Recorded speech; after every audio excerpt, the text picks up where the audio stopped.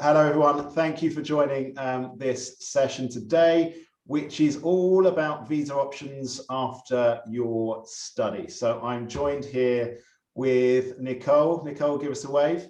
Oh, hang on. From Australian Visa and Immigration Experts, so Nicole's based in Melbourne.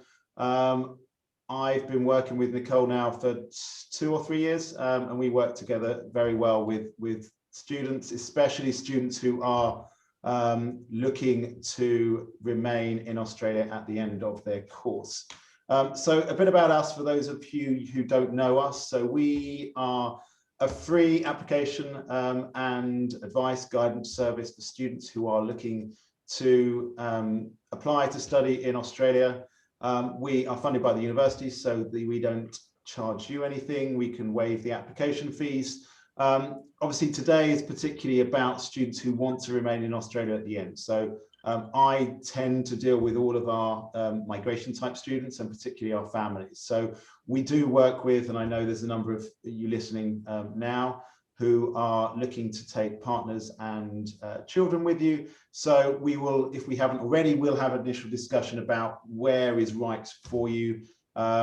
A lot of things to bear in mind is the school fees that you'll pay for your children, which vary massively depending on where you want to study. I mean, one that really does kind of stand out. So if you are looking to study a master's, if you study that master's in Western Australia, you will not pay any school fees for your children. So it's the only state or territory where that is true. So we can have a discussion about this. I think Sarah, my colleague, is going to put down my my Calendly link. So if you want to book an appointment with me after this, then please do. But now I'm going to pass over to the fabulous Nicole, who will talk to you through various different options that you may have after studying a course in Australia. Thank you, Nicole, and thank you for giving up your evening to speak to our students. Thank you. All right, I'm going to see if I can share my screen successfully. Is that working? Yep. All right, so I'm going to put a caveat over today's presentation because as you may or may not know, things change in migration very frequently. So what I present here today, you need to confirm that it is still current when you apply, because things are moving very rapidly in the migration space. They always have, but particularly at the moment. So for those of you that are watching the recording, please, I prefer that you don't share this with your friends because they may rely on it 2 years down the track and it may not be current anymore. That said, let's get into it. So my name's Nicole. I've been a migration agent in Australia for about 12 years now. And what we're going to go through is basically the whole pathway from student visa on to get PR. So I'm not going to spend a lot of time on student visas, but most of you will start on student visas. So I am going to touch on that a little bit. So today we're going to be talking about student visas, the graduate visa that you can get after you study. We're going to be talking about general skilled migration, which is the program in which you can apply for PR without an employer sponsorship. We're going to be talking about occupationless business sponsorship, including employer sponsorship, the new visa on the block, the global talent visa, partner visas, and touch on some other visa options, and then look at some COVID things as well. So the way I approach this seminar is we're looking at the program from the way it normally is, and then I'm putting some information about what's happening relating to COVID around it. The last slide will be how you can contact me if you've got any questions, and I can help with all of these visas. So the first visa that you'll be applying for with Stefan's help is a student visa.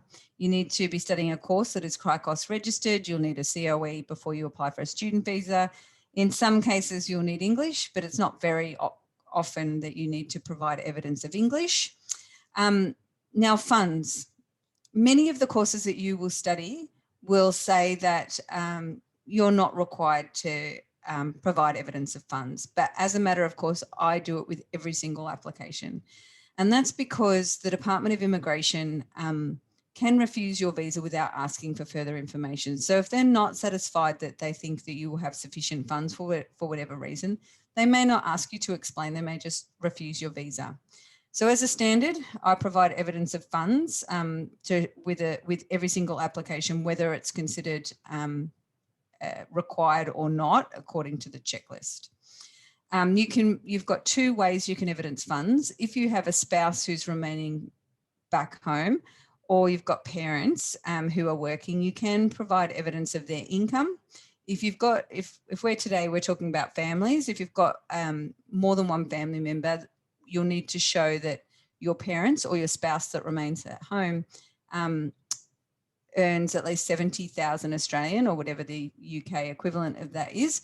But most people actually show money in the bank. So you need to show sufficient funds for your living, your tuition, and your travel back home for at least 12 months. The other thing that you've got to show is overseas health cover. This is usually provided by the school, but you can provide it yourself if you like. It's got to be the overseas student health cover. It can't be any other. Now, we're going to look into the future. You've now finished your student visa and you want to stay in Australia.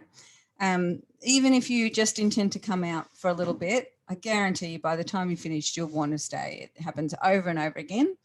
And so there's actually two types of graduate visas. Once you're in Australia, people will be calling this TR, they'll be calling it the work visa, they'll call it the graduate visa. I always call it the number, the 485, because there's actually two types of graduate visa. Most of you who are studying at a bachelor level or above will apply for the post-study work stream.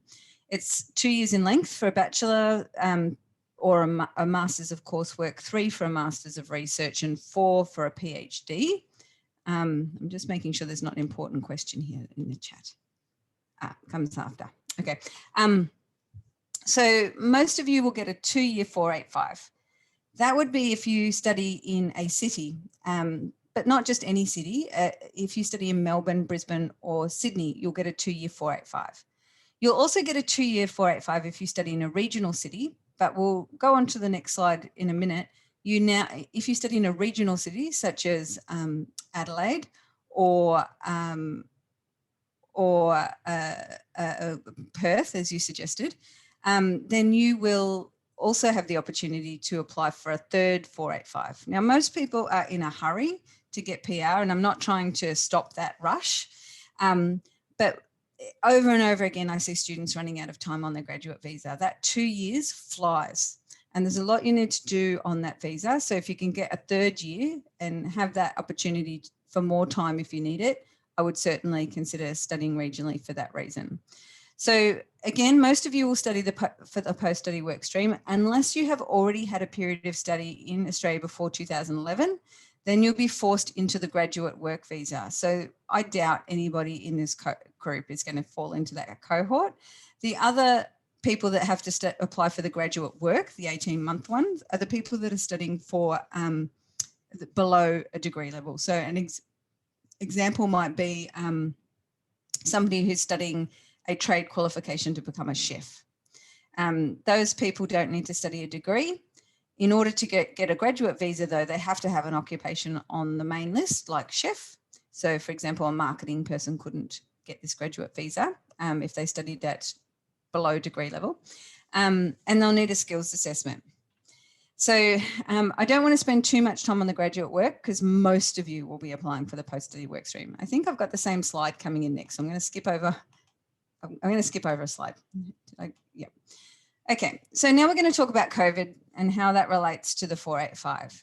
So you may or may not know that you could apply for a student visa now, and despite not being able to get through the border until we're not sure, you could start studying your course in Australia.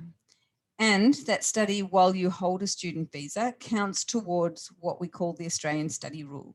So it counts towards the 2 years that you've studied in Australia, even though you're not in Australia. And they've made this concession for students who have been stuck outside the country due to COVID. So there are a couple of different concessions that are available.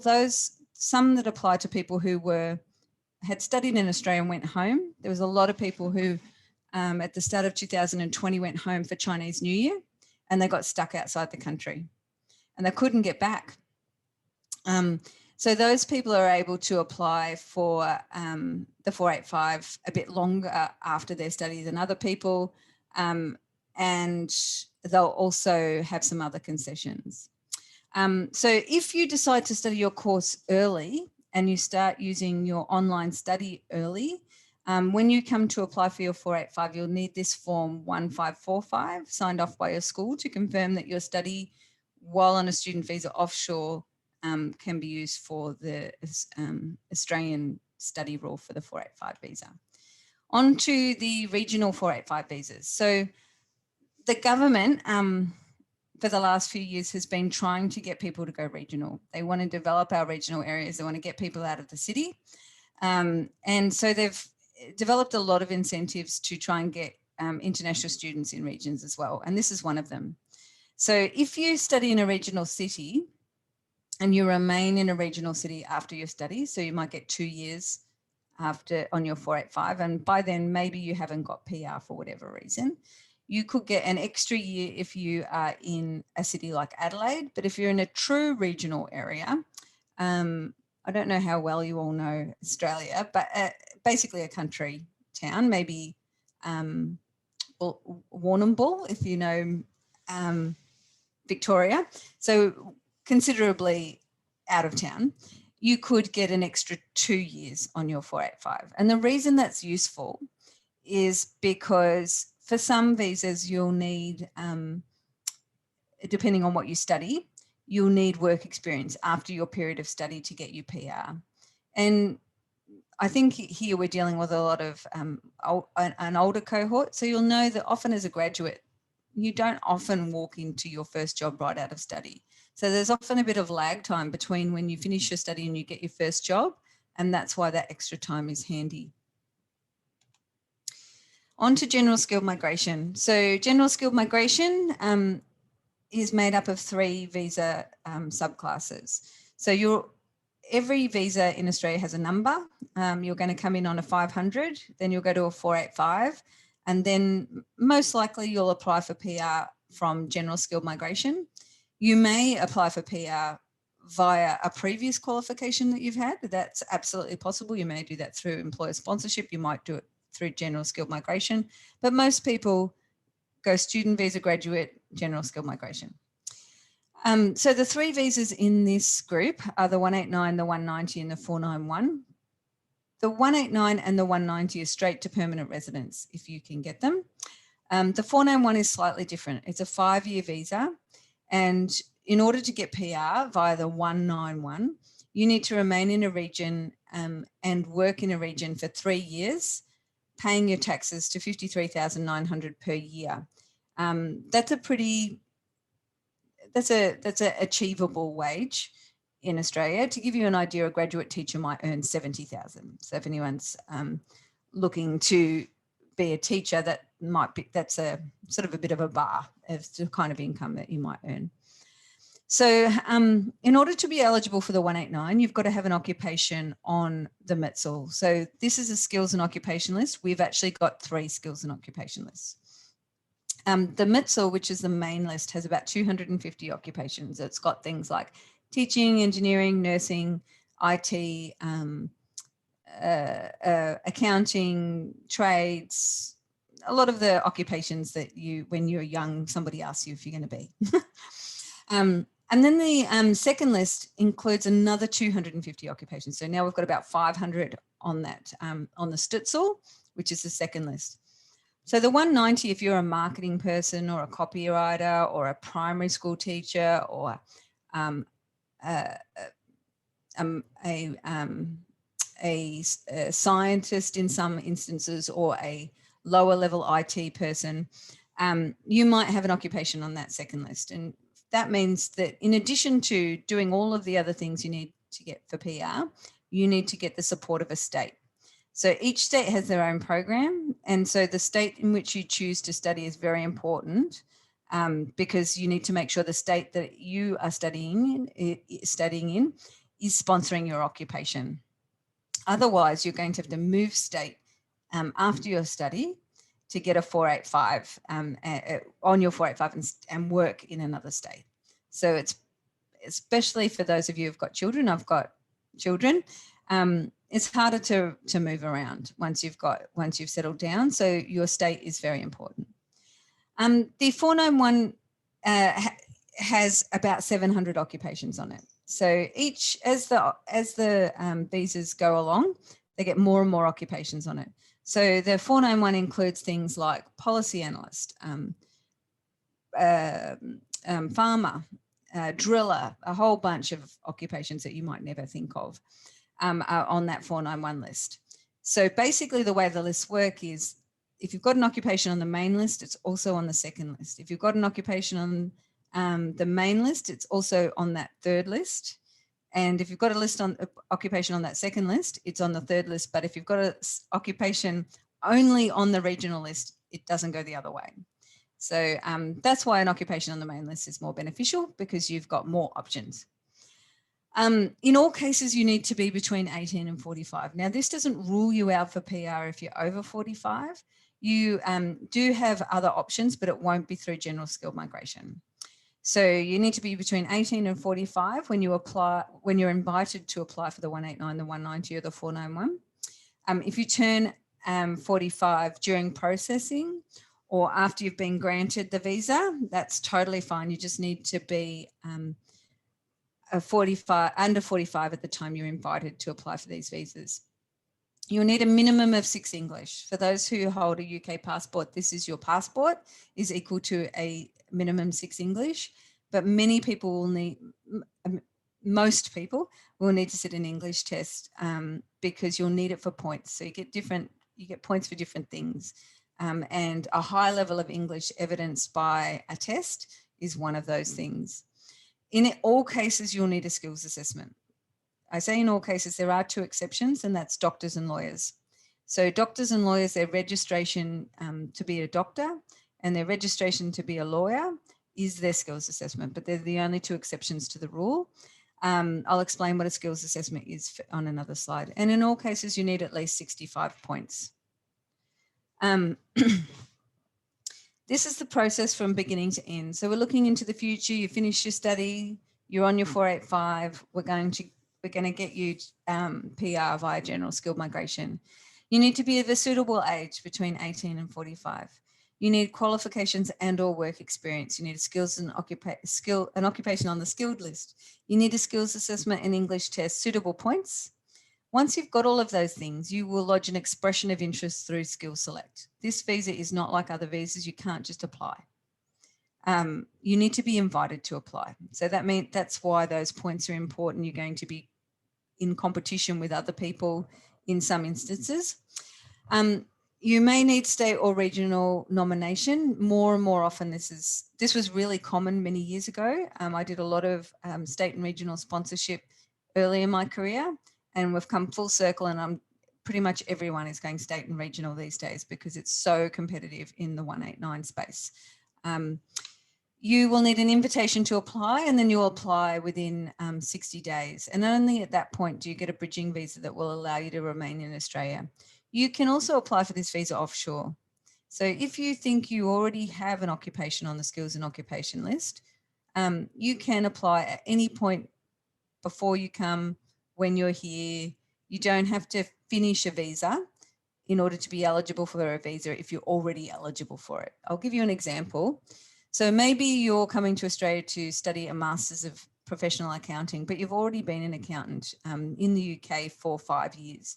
You might be able to come to Australia on a student visa and start your Masters of Professional Accounting while you're here, get your skills assessment while you're doing your study. You've got your skills assessment, you'll be able to evidence 5 years work experience. If eligible, you could apply for 189, but while you're studying, you'll also be building your points in case you don't get invited on the score that you already have. Okay, so the lists, again, we've got the Metzel, the Stitzel and the Roll, main list, second list, regional list. At the moment, we also have the PMSOL. The PMSOL is a priority migration skills and occupation list, and this has been used for a couple of things. It's all COVID, this occupation list. So it's helping the government decide which visas will be processed more quickly.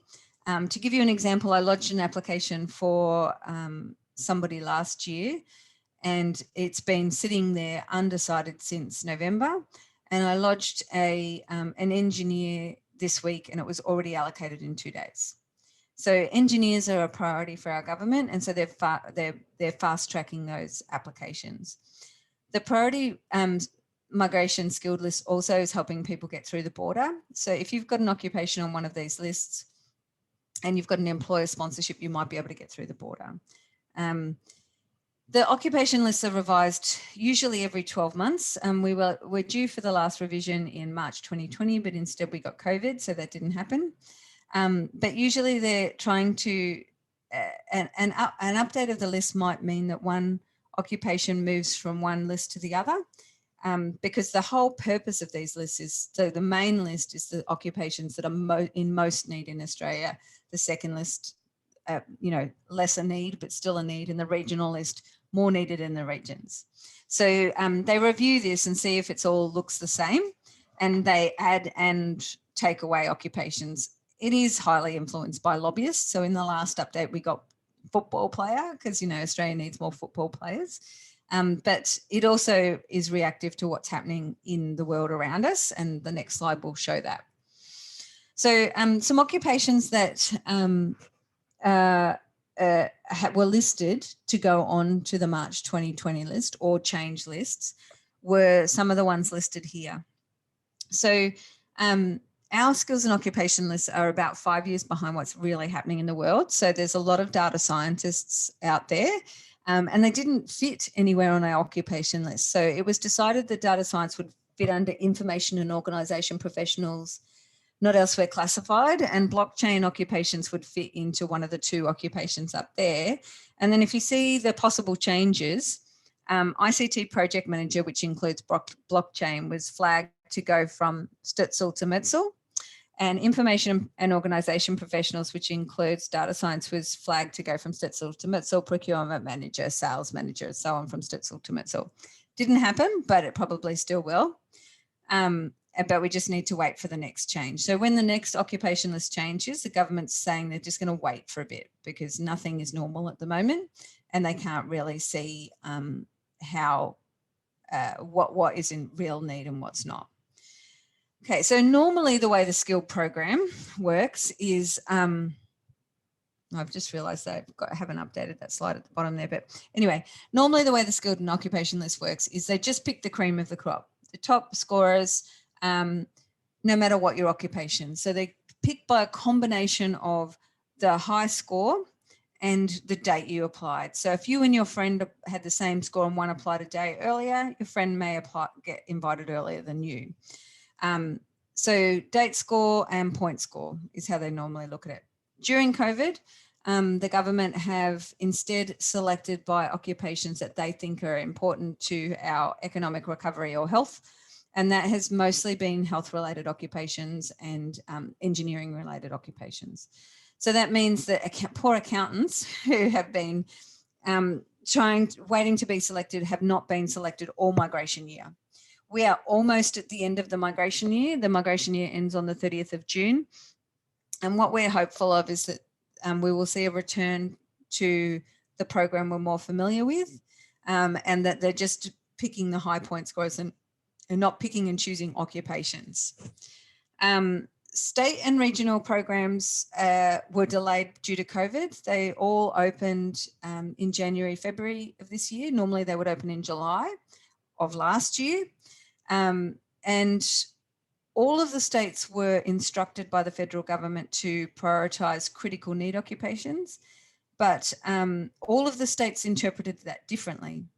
Some took a really strict view of critical need occupation, and some took a view that they would decide in their state what is critical need. So what is a critical need occupation according to the department? The department consider these sectors as critical need. Occupations on the PMSOL, occupations in medical and critical infrastructure, and so on. So Victoria took a really strict approach. If you're planning to study in Victoria, I love Victoria. I live here, but I don't recommend it for international students. We have the toughest program here. So in Victoria, for example, they took a strict approach, and we're only sponsoring health and science related, medical science related occupations for 190, and a few more industries for 491. New South Wales originally took a very strict approach and only sponsored IT, engineering and health related occupations. And then in April, they admitted they interpreted the instructions from the federal government incorrectly, and they opened the floodgates to a whole bunch of occupations for 491. South Australia has been great. South Australia is my state of choice for most students because their program is consistent year after year. They had a small, like maybe a month where they did critical need, and then they just opened up to everybody. So while Western Australia is good for cheap, you don't have to pay for your child's school fees. My preference, if you can afford those school fees, is probably South Australia. Here's some occupations on the PMSOL. So you can see lots of nurses, some execs, and vet was the latest edition. So originally there was 17, then they added social worker, and they've just added veterinarian. So these occupations are considered the 19 most in need occupations in the country at the moment. Okay, so back to general skilled migration, moving on from occupation lists.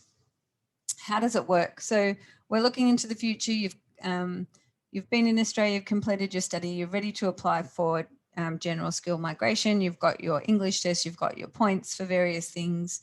What do you do now?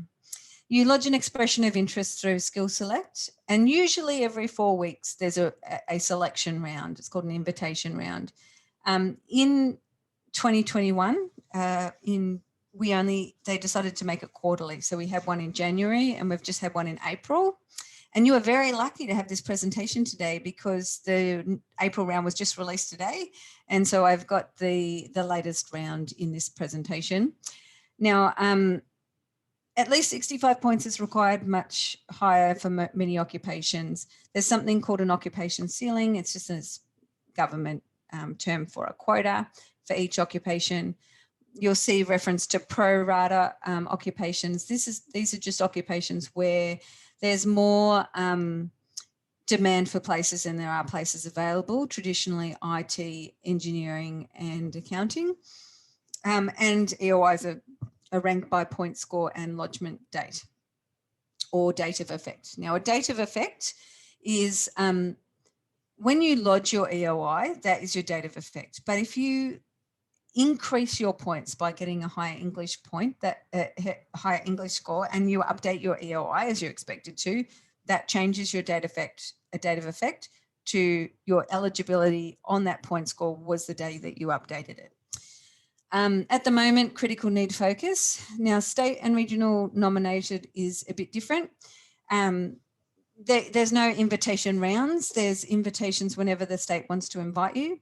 And that is usually, depending on the state, after you apply to them. So some states invite you, most states you apply. So you lodge your EOI and then you go and apply at the state to be selected.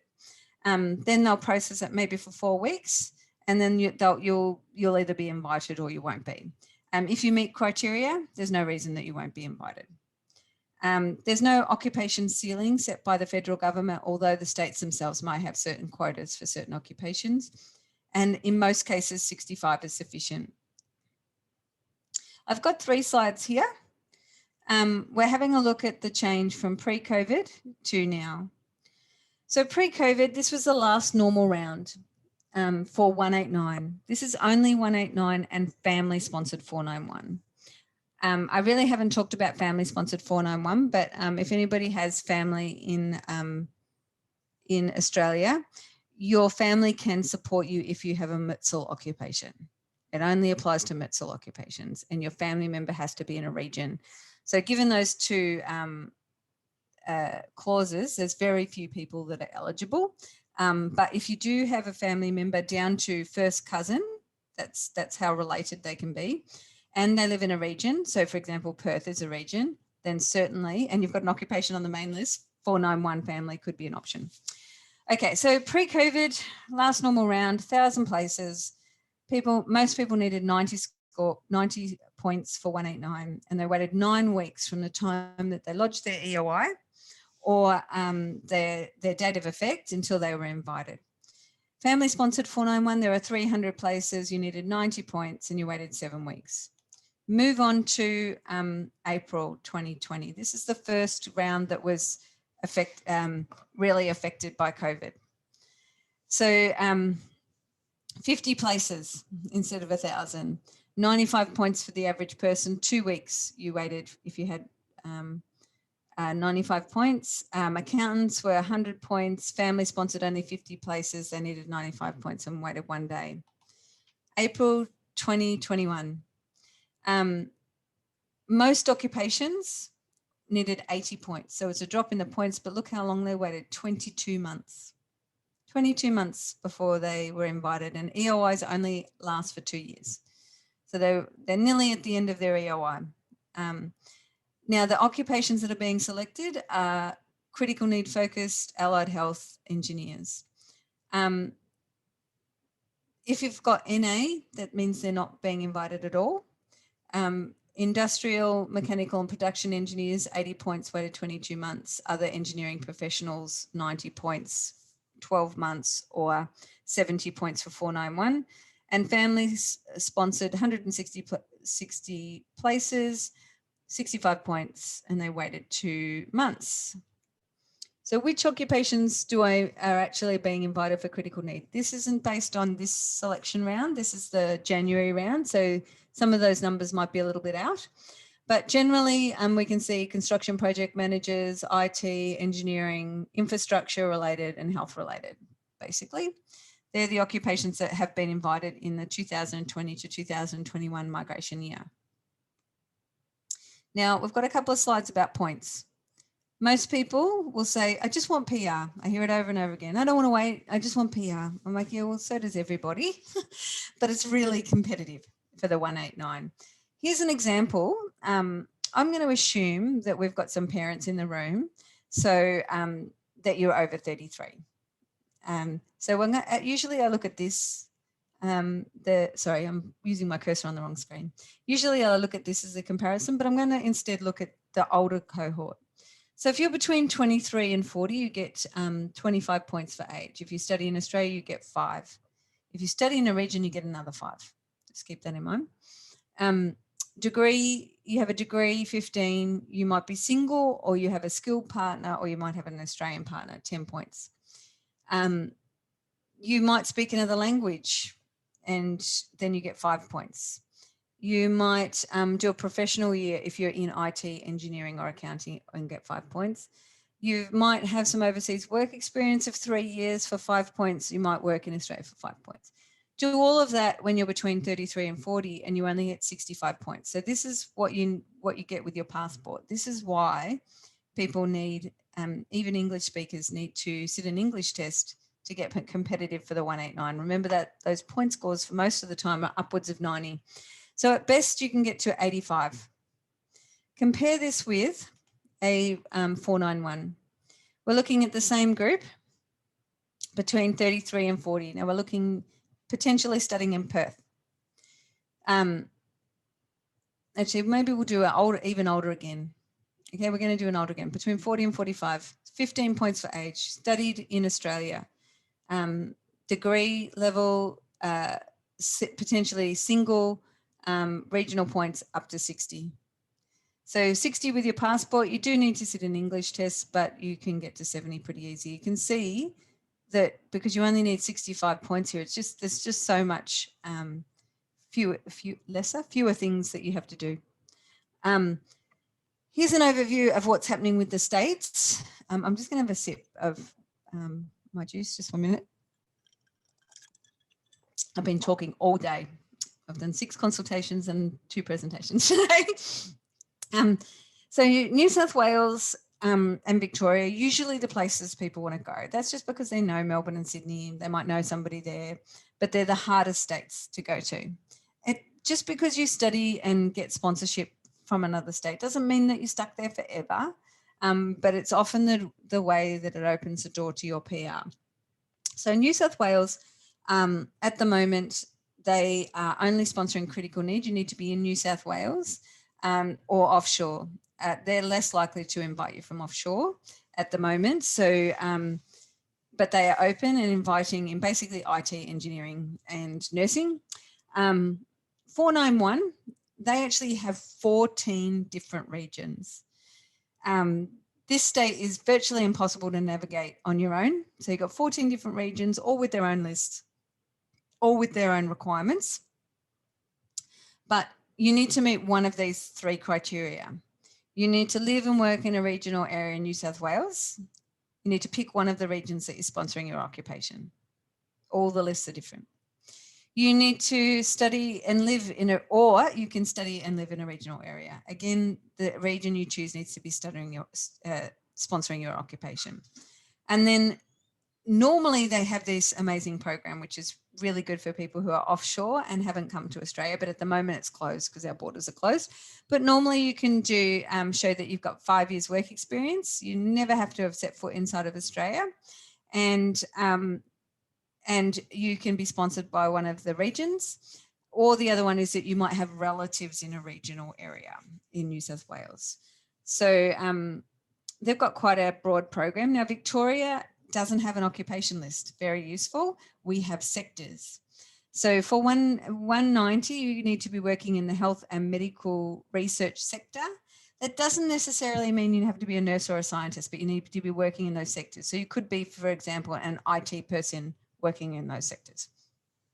For regional 491, health, medical research, life science, agri-food and digital sectors. I've got a real problem with the Victorian program because I can't tell you for sure whether you can meet criteria. It's sort of, you put in a request for them to consider you, and then you may or may not be selected. If you compare this with South Australia, and then I'll talk about Western Australia, but compare it with South Australia. South Australia's program is so clear. You study there, work for 3 months. You can apply for PR. You still need to get a skills assessment and everything, but in almost all cases, it's 3 months. There's one occupation, I can't remember what it is, that is 12 months, but most of it's 3 months. And so that's pretty amazing, really. So Western Australia is you either need to finish your study and have a job offer or a job. But you have to have an occupation on their list. And at the moment, some of they've limited their list because of COVID. So while Western Australia might be cheap for students, my concern about Western Australia is their program is less predictable than the South Australian program. Tasmania, again, is a great state for sponsoring students. You can get PR after you study for 2 years and you don't even have to have worked at all. Other programs are less easy to get PR, or their programs just change a lot. In almost all cases, you'll need to work, live, or study in the state. Now, I'm sorry, can you hear my dog? The dog's outside. Skills assessments, what are they? Okay, so a skills assessment, you will have finished your qualification and you'll think you're qualified. You are qualified for the workforce, but you're not qualified for your visa yet. The government makes you go to an external body and get your skills assessed. So depending on your occupation will depend on the relevant body. If you're an engineer, it'll be Engineers Australia. If you're IT, it'll be ACS. If you're a teacher, it'll be AITSL. If you're an accountant, it'll be CPA or one of the other two, and MAC for nurses. And if you're one of the generalist occupations from science through to journalist, you'll be vet assessed. Each of them has their own requirements. As a minimum, almost all require a qualification and some require work experience. We're going to now look in detail at the points test. These, I'm not going to spend a lot of time on it, so I've got lots of time for Q&A, but you can get points for different things: age, English, qualifications. So these qualifications here, if you have, for example, a diploma, a bachelor and a PhD, you can't add, sorry, diploma, bachelor and PhD, you can't add all of these together. You can, however, start adding qualifications together once you study in Australia. So let's say you've got, do your PhD in Australia. You've then got 25 points. Do your PhD in Australia in a regional area, you've got 30. Do your PhD in Australia in a regional area in STEM, and you can have got 40 points for education. Work experience is valuable in Australia and outside of Australia. Work experience is more valuable in Australia. So in Australia, 5 points for 12 months. Offshore work experience is 5 points for 3 years. But that means that your overseas work experience, if it's relevant to the occupation you nominated, is not nothing. A lot of people think their overseas qualifications and work experience are nothing. It's certainly not. It's can help. It may be the key to you getting your PR. Professional year is only open to 3 occupations. You can get points for state or regional nomination. You can get points if you're single, points if you've got a skilled spouse. So a skilled spouse is not a whiz in the kitchen. A skilled spouse is somebody who can get a skills assessment on the same occupation list as you and get at least an English 6. Australian spouse, well, that is goes without saying. English speaking spouse. So maybe you have a spouse who can't get a skills assessment, but they can get a 6 English or have a UK passport. They can get 5 points for you. NAATI is the translating qualification. So you can show that you're fluent in another language in English, and you can get 5 points for that. Here are all the different English tests you can take. Most people go for the IELTS, but it's actually the hardest test. So if you don't need to do the IELTS for your skills assessment, I would suggest you consider the PTE. What the yellow indicates is a change that is a brewing. So at the moment, the current scores for PTE are here in yellow, and the writing over here indicates a change. So at the moment, IELTS 6 is equivalent to PTE 50. PTE have already changed their scoring system, but the government haven't yet caught up. So PTE are reducing their 6, the equivalent of 6 to 46, which is good, it's lower. But they're increasing their proficient to 66, and they're increasing their superior to 84. If you do a PTE exam with PTE, you'll see that they've already changed their score, but the government are still accepting the old score for now. So if you're invited with 79, you'll be fine. But if the government catch up after at some point with the change, you'll need to be aiming at a higher score if that's what you need. Employer sponsorship. So while you're in Australia, you or your spouse, for example, may be looking for employer sponsorship. You need 2 years work experience as a minimum to get employer sponsorship. And there are 4 employer sponsored visas that you could apply for. You're unlikely to apply for a 187 because you need to have been in Australia. There's only a few people that can apply for that. So most people in Australia apply for a 482 temporary visa. If you have an occupation on the main list, you can get a 4-year visa and you have a pathway to PR via the 186 transitional. So you usually go with your employer for 3 years. After 3, you get a 4-year visa. After 3 years, you can apply for the 186 transitional. However, if you have a Stutzel occupation, for example, you're a marketing person, you can only get a 2-year 482. You can get it renewed once, and no PR pathway unless you go regional. So basically the government are just pushing everybody into the regions, which is ironic because now in COVID, all the Australians are going regional. So it'll be interesting if they change their strategy and bring everyone back to the city. But if you have an occupation on the second list and employer sponsored is really the only option you have, you can get a couple of these visas and then you can go into the regions to get your PR once you've got a skills assessment and 3 years work experience. However, this is a really interesting visa this year. Oh, sorry, hang on, just skipped. The 186 direct. The 186 direct you don't have to have set foot inside of Australia. You don't ever have to have been sponsored before. If you have an employer that's prepared to sponsor you, you could need a skills assessment, 3 years work experience, and you could go straight to PR via this visa. This 191 is the permanent version of the temporary 494.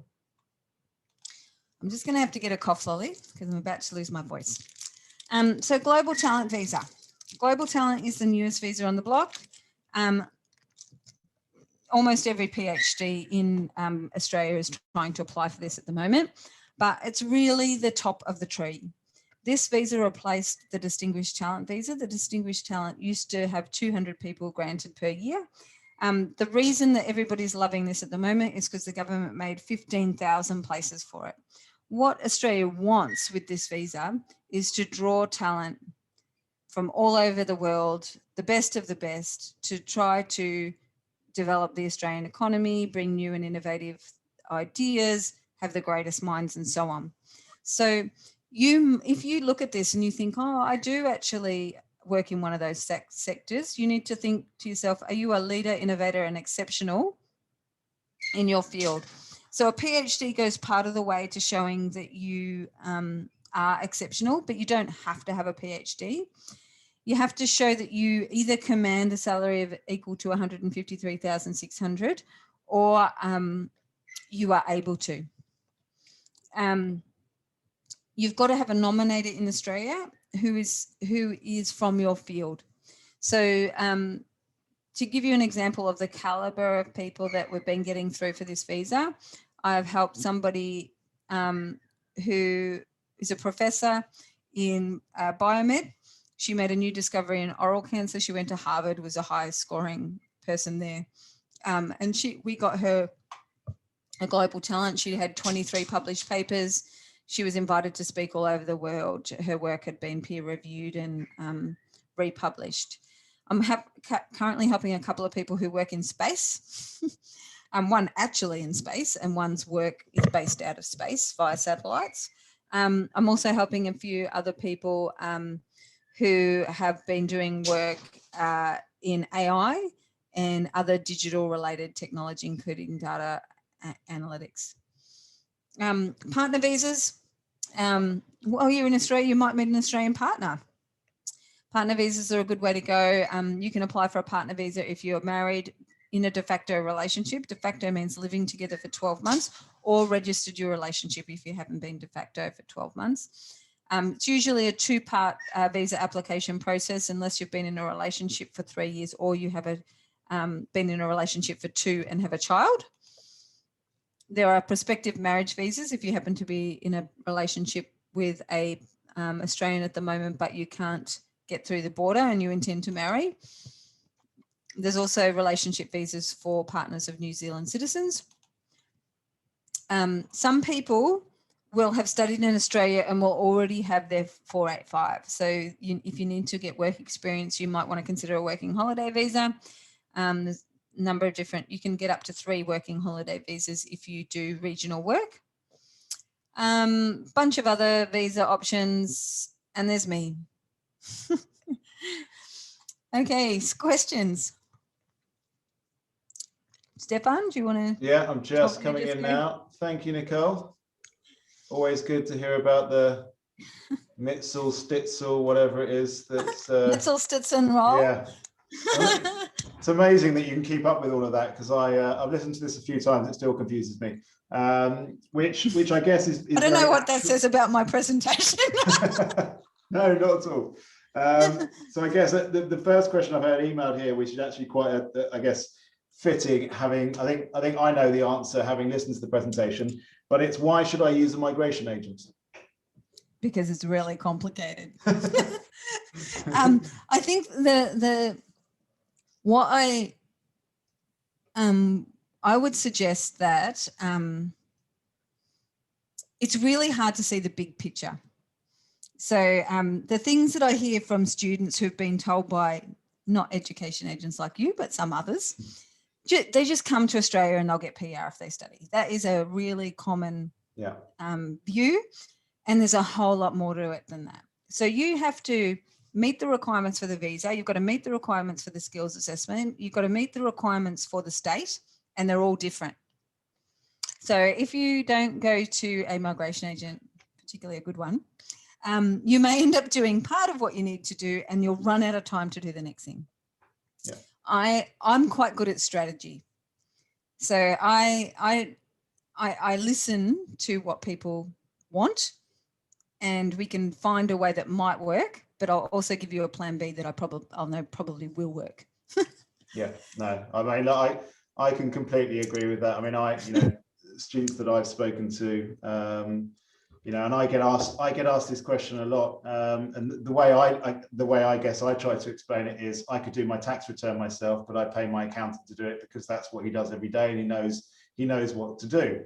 And it's, it's a similar thing with a migration agent. You're in Australia, and that's what you do all day, every day. And that's, my expertise. I think, why we do work so well, have worked so well in the past, is my expertise is very much in the education kind of thing, and yours is the migration. So it kind of, it blends pretty well. So I've got a question here from Greg. When study is completed, is it likely I can transfer onto a working visa? My spouse and children will my spouse and children be included regardless of the 45 age cutoff? Yes. No. So for the graduate visa, the age is actually 50. Your family can come along for the ride. The only person where the age matters is the primary applicant. So if the person is going from a student visa to a graduate visa to general skilled migration, the primary applicant, so possibly the person that's studying, will need to be under 45 at the time they're invited to apply. If they're going to be over 45, you'll need to consider other options such as employer sponsorship. There are some exceptions, or the global talent. You can be over 45 for these visas under some circumstances. And then, actually, this is another one from Greg. So I'm a paramedic by profession currently. I've never found my occupation on the wanted list. Is this changing with all the health need? I think paramedic is actually there. If I take this slide down, I might not be able to get it up, but let me see if I can have a look. Ask me the next question while I'm having a look. Okay. Would your aunt by marriage count as family? Yes. Yes. Okay. Okay, let me have a look. And then I've got, this one I think you very much covered, but does it matter what I study and where I study it? Which of course is absolutely yes. I think you were talking about Adelaide. We've talked about that before. South Australia being a really great place to study. Intensive care paramedic is on the list. Okay. Yeah, so it is. We've got ambulance officer, and we've got intensive care ambulance paramedic. The numbers are 4 1 1 1 4 and 5 ones, and 4 and 4 ones and a 2 if they want to look it up. So for that person who is a paramedic, if they're thinking of probably study in South Australia, I'd have to look at the South Australian list to see if it's on there, but it's on the 190 and the 491 list. Okay. And actually, just a bit of clarification on the aunt question. That was my aunt's sister. So that would be... No. Well, hang on. Your aunt's sister. Aunt's sister would be... Aunt's sister by blood, yes. Because that would be probably your mum. Yeah. Aunt's sister. or another aunt. But... it goes to cousin. So one of the Indian people, for example, they call everybody aunt and uncle. Yes. Yeah. So my next question is, are they your blood aunt and uncle? So it needs to be your mum and dad's siblings or their children. That's how far it goes out to. And obviously your brother, sister. Okay, perfect. Then I've got, I'm coming with my family. How do I arrange schools for my children? I can answer that one. So in terms of schools, each different state or territory is different. Each charge different fees depending on the age of your children and the level of study. For Western Australia, that can be done beforehand. So they'll get a letter of confirmation of placement, which will allow you to apply for the visa. For the other parts of Australia, you will need to contact the Department of Education beforehand, before applying for your visa. And I believe in those states and territories, you'll actually need to pay fees before you arrive into Australia. Next one, what is it like to apply for PR and the Gold Coast? Okay, sorry, I had to let the dog in because she was whining outside and now she's jumping all over me. Okay, go on. This is real life COVID television here. Okay.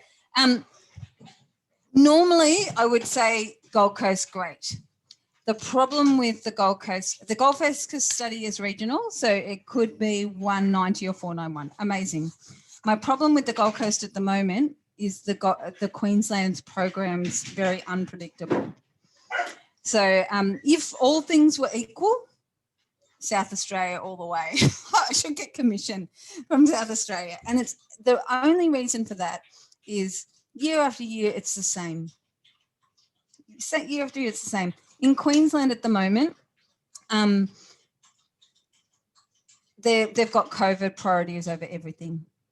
So you might study there, you might meet criteria, and then they're not sponsoring you. That's not the end of the world, but it may mean that you have to move to another state after your study to get your PR. Okay. And that could change. Like by this time next year, Queensland might have a great program. Yeah. And I assume so similar, so someone's asking then about Sunshine Coast. So I assume a similar kind of situation. Yeah. Okay. Yeah. And then another one from Greg. Once you've got PR, do you still have to pay school fees? No. No. Well, a little bit. I still pay school fees, but they're not much. But it's not. Yeah, it's a few $100s, isn't it? Yeah. So to give you an idea, I pay. My son's in a public school. Is public school the same there? It's a little bit confusing, but public in government schools, state schools. So your kids are in state schools, yeah. Yeah, government school. Government schools. And I pay about $500 or $600 a year, but then there's excursions and uniforms and everything, obviously, on top of that. Okay, perfect. And I've got one interesting one actually relating to kind of remote working. My employer says I can work remotely when I'm in Australia. Is this possible, and what are the restrictions? Okay, you can work remotely. So if we're talking on a student visa, the student visa conditions only relate to work in Australia that would otherwise go to an Australian. So you can work for 20 hours a week for an Australian employer. If you can manage it, you could work 1,000 hours for somebody offshore. Interesting. Yeah, but you have to make sure you're paid by somebody overseas. Yeah. The idea is that you're not supposed to be taking a job from an Australian. Sure. That said, they've just eased up. I don't know how long. I don't know. Have you been following it? Yeah. You can work full-time in hospitality while you study if you like, which is ridiculous. Okay, next up. So we got questions coming in thick and fast here. If I'm under 45, would I be able to bring my mum, who is older than 45, to live in Australia with me? Not as a dependent on your student visa. Once you got PR, you could sponsor your mum. I don't know the situation, but for parent visas, there's parent visas. So basically you need to be PR and you need to meet what's called the balance of family test. A balance of family test is there are more Australian children in Australia than anywhere else in the world. So if it's just you, once you get your PR, you can bring your mum. If it's you and your brother somewhere else in the world, yes, you could bring your mum. If it's you and you've got 2 siblings somewhere else, you won't be able to bring your mum on a parent visa. Okay, and next up, Sinead. I'm a primary school teacher, but I'd like to do a master's in teaching in early years to try and gain permanent in early years. My partner will probably try to secure sponsorship for 4 years once we're out there. would it be easy for me to transfer to his visa if he got one? He's sales and operations manager looking at Sydney. He probably won't get a 4-year visa. Yes, it's possible. Okay. But what I would suggest in that scenario, unless sales and marketing manager goes to the main list, I think that the PR would end up with the early childhood teacher. So I would allow him, if he wanted to pursue the employer sponsored, if that's what he wanted to. But I would want you to stay on a student visa because I think that the PR would end up back with you. Okay. And if I did a working holiday visa on a UK passport, but now have an Irish passport, will they give me another one? Oh, I had this question to say. Who is the name of this person? Katie. Katie. What's her last name? Is it Bear. Murphy or something? Katie Bear. Yeah. I have never been asked this question before, and I've been asked it twice this evening. No, you can't. You can't. No. It applies to the person, not the passport. Okay. I'm lucky, Katie. It's all the Irish do it though. I mean, if you want to be dodgy and never come to Australia again once they catch you, the Irish do all sorts of things, including using their Irish name. Oh, so brilliant. Change the name to the Irish name, get a new passport, come back out again. Yeah. Then eventually they come undone. Katie's surname is McIntyre. Ah. Yeah. Okay. No, you can't, Katie. No, I'm lucky. You have to go on a student visa, Katie. So give me a call later. And then I've got, is the Gold Coast considered a southern state region where the southern visa rules apply? Have you seen a map of Australia? She did say, I feel so dumb asking this question. Okay. Well, Queensland's north, but it is not I think what you're saying is it a regional city? It is a regional city. It's a 491 city.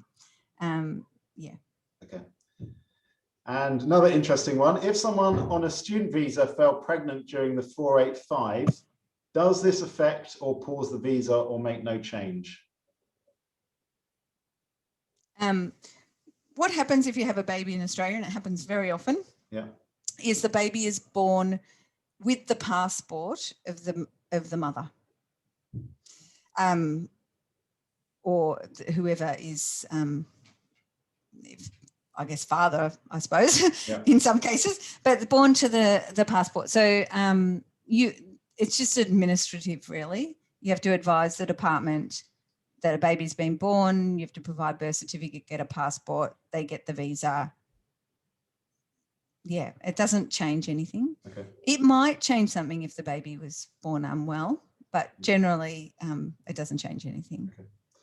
And then how long do you have to work in regional Queensland to apply for PR? You said no time in Tasmania, 3 months in South Australia. What is it for Queensland? It's 3 months in Queensland, but it really depends. I'll actually show you the difference between, I like to show the reason that I keep on populating South Australia. I'm going to show you Queensland's program. So Queensland, this year, opened for 7 days in February and 7 days in April. You never know when they're going to open. I have track changes on the website, so I know when there's a change that happens. There you can see there's no 190 program. They invited for 190 in the February round. No 190 at all in this round. And for 491, they're only sponsoring from these sectors and hospitality. Ironically, hospitality is in real need in Australia. Yeah. So these related occupations. So you need to work for 3 months in one of these. I want to compare this, and this has changed. So this time last year, I was looking, earlier than this last year. So let's say January, I would say, okay, I'm working in Queensland. I would look at the occupation list. I would tell you that you needed 6 months in Brisbane and 3 months in Gold Coast. If you were a graduate, there were certain pathways. Offshore, there were certain pathways. None of these are available. They're just not available at the moment. I want to compare this to South Australia's.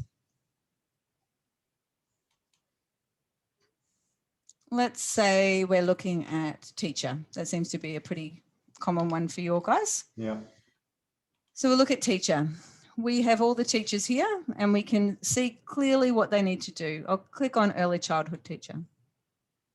An early childhood teacher who studies in South Australia, South Australian Study Pathway, must have completed at least a bachelor level or above qualifications, so that means a master's, and then work for 3 months in South Australia. How clear is that? Wow. Just super simple. That's amazing. Right?